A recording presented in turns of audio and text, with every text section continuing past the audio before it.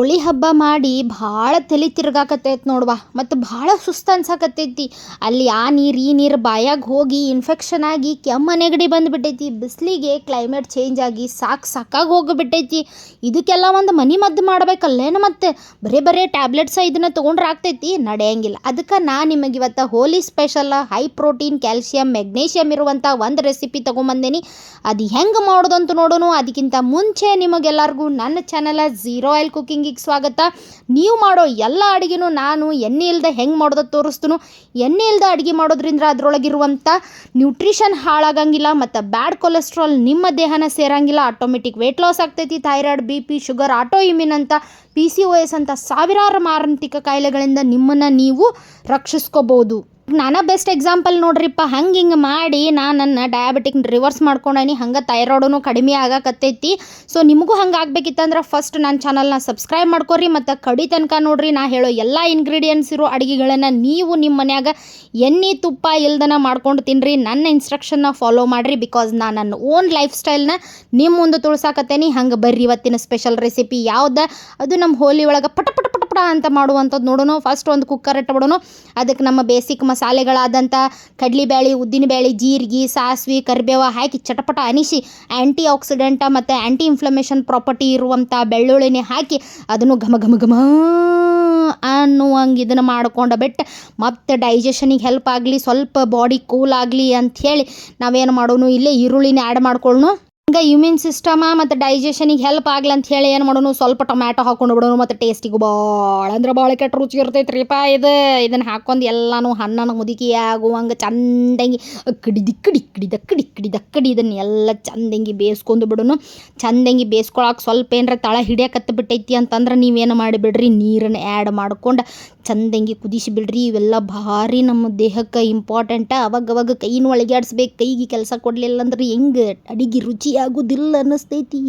ಕಾಲಕ್ಕೆ ತಕ್ಕಂಗೆ ನಾವು ನಮ್ಮ ಮನೆಯಾಗಿನ ಆಹಾರ ಪದ್ಧತಿಗಳನ್ನ ಚೇಂಜ್ ಮಾಡ್ಕೊಂಡ್ರೆ ಏನಾಗ್ತೈತೆ ಗೊತ್ತನ್ರಿ, ನಮ್ಮ ದೇಹದ ಆರೋಗ್ಯ ಸ್ಥಿತಿನೂ ಚಲೋ ಆಗ್ತೈತಿ. ಮತ್ತು ಮನ್ಯಾಗ ಯಾರಿಗೆ ಏನು ಪ್ರಾಬ್ಲಮ್ ಐತೆ ಅಂತ ನೋಡಿ ನಾವು ಅದ್ರಾಗ ಸ್ವಲ್ಪ ಇಂಗ್ರೀಡಿಯೆಂಟ್ಸನ್ನು ಹಿಂದೆ ಮುಂದೆ ಮಾಡಿ ಹಾಕಿದ್ರೆ ಆರೋಗ್ಯ ಅವ್ರದ್ದು ಇಂಪ್ರೂವ್ ಆಗ್ತೈತಿ. ಎಲ್ಲ ಟೈಮೂ ಹಾಸ್ಪಿಟ್ಲಿಗೆ ಹೋಗ್ಬೇಕಂತ ಏನಿಲ್ಲ.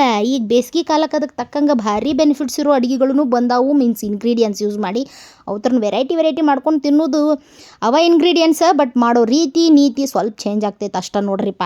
ಆಮೇಲೆ ಇದೆಲ್ಲ ಚಂದಂಗೆ ಟೊಮ್ಯಾಟೋದು ಇದನ್ನು ಆದಮೇಲೆ ಇಲ್ಲಿ ಏನು ಮಾಡತ್ತೇನೆ, ಬೇಸಿಕ್ ಮಸಾಲೆ ಅಚ್ಚ ಖಾರದ ಪುಡಿ, ಧನಿಯಾ ಪುಡಿ, ಜೀರಿಗೆ ಪುಡಿ, ಗರಂ ಮಸಾಲೆ ಎಲ್ಲ ಹಾಕಿ ಮಸಾಲೆ ಸ್ವಲ್ಪ ಹೊತ್ತಬಾರ್ದು ಅಂಥೇಳಿ ನೀರನ್ನು ಆ್ಯಡ್ ಮಾಡ್ಕೊಂಡು ಚಂದಂಗಿ ಬೇಯಿಸ್ಕೊಳತ್ತೇನೆ. ಆಲ್ರೆಡಿ ನಾನು ನಿಮಗೆ ಕಾಬೂಲ್ ಕಡಲೆಯಿಂದ ಏನೇನು ಬೆನಿಫಿಟ್ಸ್ ಅದಾವ ಅನ್ನೋದು ನಂದು ಪ್ರೀವಿಯಸ್ ವೀಡಿಯೋದಾಗ ಹಾಕೇನಿ.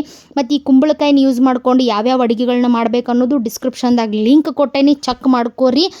ಭಾರಿ ಬೆನಿಫಿಟ್ಸ್ ಇರೋ ಇಂಗ್ರೀಡಿಯೆಂಟ್ಸ್ ಇರೋ ಅಡುಗೆಗಳನ್ನ ನಾನು ನಿಮಗಿಲ್ಲಿ ತೋರಿಸ್ತೀನಿ. ಸೊ ಇದೆಲ್ಲ ಮಸಾಲೆ ಚಂದಂಗಿ ಬೆಂದ ಮೇಲೆ ಕಾಬೂಲಿ ಕಡ್ಲಿ ಹಾಕ್ಕೊಂಡು ಏನು ಮಾಡಬೇಕು, ಚಂದಂಗೆ ಅಕ್ಕಡಿ ಇದನ್ನು ಮಾಡಿ ಸ್ವಲ್ಪ ಮುಚ್ಚಿ ಬೇಯಿಸ್ಕೋಬೇಕು. ಅಲ್ಲಿವರೆಗೂ ನಾವು ಫಸ್ಟ್ ಕುಂಬಳಕಾಯಿ ಬೆನಿಫಿಟ್ಸ್ ನಂದು ಎಲ್ಲ ವೀಡಿಯೋದಾಗ ಹೇಳಿರೂ ಈಗೂ ಪರ್ಟಿಕ್ಯುಲರಾಗಿ ನಿಮಗೆ ಹೇಳ್ತೀನಿ, ಕೇಳಿಸ್ಕೊರಿ. ಕುಂಬಳಕಾಯಿ ಏನಾಗ್ತೈತಿ, ಇವಾಗ ನೋಡು ಈ ಕ್ಲೈಮೇಟ್ ಚೇಂಜ್ ಆಗತೈತಿ. ನಾವು ಇವಾಗ ಚಳಿಗಾಲದಿಂದ ಬೇಸಿಗೆ ಕಾಲಕ್ಕೆ ಬಂದೇವಿ. ಈ ಟೈಮ್ ಒಳಗೆ ಏನಾಗ್ತೈತಿ, ಕೆಮ್ಮಾಗೋದು, ಶೀತ ಆಗೋದು, ಸ್ವಲ್ಪ ನಮಗೆ ಒಂಥರ ಶಕ್ತಿ ಇಲ್ದಂಗೆ ಅನಿಸೋದು, ಸುಸ್ತಾಗೋದು, ತಲೆ ತಿರುಗಿದಂಗೆ ಆಗೋದು, ವಾಮಿಟಿಂಗ್ ಸೆನ್ಸೇಷನ್ ಆಗೋದು, ಒಂಥರ ಅನ್ನಿಸ್ತಿರ್ತೈತಲ್ವ. ಸೊ ಏನೋ ಆಗ್ತಾ ಇಲ್ಲಪ್ಪ ನನ್ನಿಂದ ಅನ್ನುವಂಥ ಸಿಚುವೇಶನ್ಗಳು ನಿಮಗೆ ಬರೋಕ್ಕೆ ಸ್ಟಾರ್ಟ್ ಆಗ್ತಾವೆ. ಆವಾಗ ನೀವು ಈ ಕುಂಬಳಕಾಯಿ ತಿನ್ನೋದ್ರಿಂದ ನಿಮ್ಮ ದೇಹದ ರೋಗ ನಿರೋಧಕ ಶಕ್ತಿ ಜಾಸ್ತಿಯಾಗಿ ಹವಾಮಾನ ವೈಪರೀತ್ಯದಿಂದ ಬರುವಂಥ ರೋಗಗಳನ್ನು ಇದು ಕಡಿಮೆ ಮಾಡ್ತೈತಿ. ಅಷ್ಟಲ್ಲದೆ ಇದ್ರಾಗ ಕಬ್ಬಿನಾಂಶ ಜಾಸ್ತಿ ಇರೋದ್ರಿಂದ ರಕ್ತಹೀನತೆನ ಕಡಿಮೆ ಮಾಡ್ತೈತಿ. ಮತ್ತು ಇಮಿಡಿಯೇಟ್ ಎನರ್ಜಿ ಸಿಗ್ತೈತಿ. ತಲೆ ತಿರುಗೋದು ನಿಮಗೆಲ್ಲ ಕಡಿಮೆ ಆಗ್ತೈತಿ. ಮತ್ತು ಹಳದಿ ಚರ್ಮ, ಉಗುರ ಏನಾದರೂ ನಿಮ್ಗೆ ಆಗಿದ್ರಂದ್ರೆ ಸ್ವಲ್ಪ ಜಾಂಡಿಸ್ ಸಿಂಟಮ್ಸ್ ಇದ್ರೆ ಅದನ್ನು ಕೂಡ ಇದು ಕಡಿಮೆ ಮಾಡ್ತೈತಿ. ಸೊ ಕಾಬೂಲ್ ಕಡ್ಲಿ ಹಾಕಿ ಎಲ್ಲ ಚಂದಂಗೆ ಅದು ಮಸಾಲೆ ಹಿರ್ಕೊಂಡ್ಮೇಲೆ ಏನು ಮಾಡಿಬಿಡ್ರಿ, ನೀವು ಕುಂಬಳಕಾಯಿನೂ ಹಾಕಿ ಚಂದಂಗಿ ತಿರುವಾಡಿ ಬಿಡ್ರಿ. ಇದು ಒಂದು ಸ್ವಲ್ಪ 5 ನಿಮಿಷ ಮುಚ್ಚ್ರಿ ಅಂದ್ರೆ ಹಬೆ ಒಳಗೆ ಕುಂಬಳಕಾಯಿ ಎಲ್ಲ ಮಸಾಲೆನೂ ಹೀರ್ಕೊಂಡು ಫುಲ್ ಟೇಸ್ಟಿ ಸೂಪರ್ ಆಗಿರ್ತೈತಿ. ಅಗದಿ ಬೇಸಿಕ್ ಮಸಾಲೆ ಹಾಕಿ ಜಾಸ್ತಿ ಮಸಾಲೆ ಇಲ್ಲದ ಇದನ್ನು ಅಡುಗೆ ಮಾಡೋದ್ರಿಂದ ಬೇಸಿಗೆ ಕಾಲಕ್ಕೆ ಭಾರಿ ಟೇಸ್ಟು ಇರ್ತೈತಿ, ತಿನ್ನೋಕ್ಕೂ ಈಸಿ ಇರ್ತೈತಿ. ಬೇಸಿಗೆ ಕಾಲದಾಗ ಭಾರಿ ಮಸಾಲೆ ಐಟಮ್ಸ್ ತಿಂದಿವಿ ಅಂದ್ರೆ ಒಂಥರ ತ್ರಾಸ ಆಗಕ್ಕೆ ಸ್ಟಾರ್ಟ್ ಆಗ್ತೈತಿ. ಆವಾಗ ನಾವು ಸಿಂಪಲ್ ಇದ್ದಂಥ ಅಡುಗೆಗಳನ್ನ ಯೂಸ್ ಮಾಡಬೇಕಾಗ್ತೈತಿ. ಸ್ವಲ್ಪ ನಾ ಇಲ್ಲಿ ಕಸೂರಿ ಮೆಂತಿ ಹಾಕಿ ರುಚಿಗೆ ತಕ್ಕಷ್ಟು ಉಪ್ಪು ಹಾಕಿ ಮತ್ತು ನನಗೆ ಈ ಗ್ರೇವಿ ಯಾವ ಕನ್ಸಿಸ್ಟೆನ್ಸಿಗೆ ಬೇಕೋ ಆ ಕನ್ಸಿಸ್ಟೆನ್ಸಿಗೆ ನೀರು ಹಾಕಿ ನಾ ಇಲ್ಲಿ ಕುಕ್ಕರ್ ಮುಚ್ಚಿ 3 ವಿಸಿಲ್ ತೊಗೊಂಡೇನಿ. ಸಾಕು. 3 ವಿಸಿಲಿಗೆ ಕಾಬೂಲಿ ಕಡ್ಲಿ ಹಣ್ಣು ಆಗಿಬಿಡ್ತಾವೆ. ಕುಂಬಳಕಾಯನ್ನು 1 ವಿಸಿಲಿಗೆ ಹಣ್ಣು ಆಗಿಬಿಡ್ತೈತಿ. ಬಟ್ ಕಾಬೂಲಿ ಕಡ್ಲಿ ಸಂಬಂಧ ಏನು ಮಾಡೇನಿ, 3 ವಿಸಿಲ್ ಹಾಕೇನಿ. ಮತ್ತು ಕಾಬೂಲಿ ಕಡ್ಲಿ ರಾತ್ರಿ ಎಲ್ಲ ನೆನೆ ಇಟ್ಟಿದ್ನಿ. ಸೊ ಇದು ಭಾರಿ ಟೇಸ್ಟಿ ಇರ್ತೈತಿ. ಅಷ್ಟೇ ಅಲ್ದನ ಕುಂಬಳಕಾಯಿ ಒಳಗೆ ನಾರಿನಾಂಶ ಜಾಸ್ತಿ ಇರೋದ್ರಿಂದ ನಿಮ್ಗೆ ಕ್ಯಾಲ್ರಿ ಕಡಿಮೆ ಆಗ್ತೈತಿ, ಎಷ್ಟು ತಿಂದರೂ ಕ್ಯಾಲ್ರಿ ಕಡಿಮೆನೇ ಇರ್ತೈತಿ ಮತ್ತು ಕೊಬ್ಬಿನಾಂಶ ಬರೋದಿಲ್ಲ. ಅದ್ರ ಜೊತೆ ಇದ್ರಾಗ ಫೈಬರ್ ಜಾಸ್ತಿ ಇರೋದ್ರಿಂದ, ಅದೇ ನಾರಿನಾಂಶ ಜಾಸ್ತಿ ಇರೋದ್ರಿಂದ ನಿಮ್ಗೆ ವೆಯ್ಟ್ ಲಾಸ್ ಮಾಡೋಕ್ಕೂ ಇದು ಭಾರಿ ಹೆಲ್ಪ್ ಆಗ್ತೈತಿ. ಅಷ್ಟೇ ಅಲ್ಲದೆ ಇದ್ರಾಗ ಬೀಟಾ ಕ್ಯಾರಟಿನ ಮತ್ತು ವಿಟಮಿನ್ ಸಿ ಜಾಸ್ತಿ ಇರೋದ್ರಿಂದ ನಮಗೆ ಗೊತ್ತಿಲ್ಲದೇ ಎಷ್ಟೋ ಸೋಂಕುಗಳು ನಮಗೆ ತಗಲಿದ್ದು ಅದನ್ನು ಹೋರಾಡೋಕ್ಕೆ ಬಿಳಿ ರಕ್ತ ಕಣಗಳಿಗೆ ಇದು ಹೆಲ್ಪ್ ಮಾಡ್ತೈತಿ.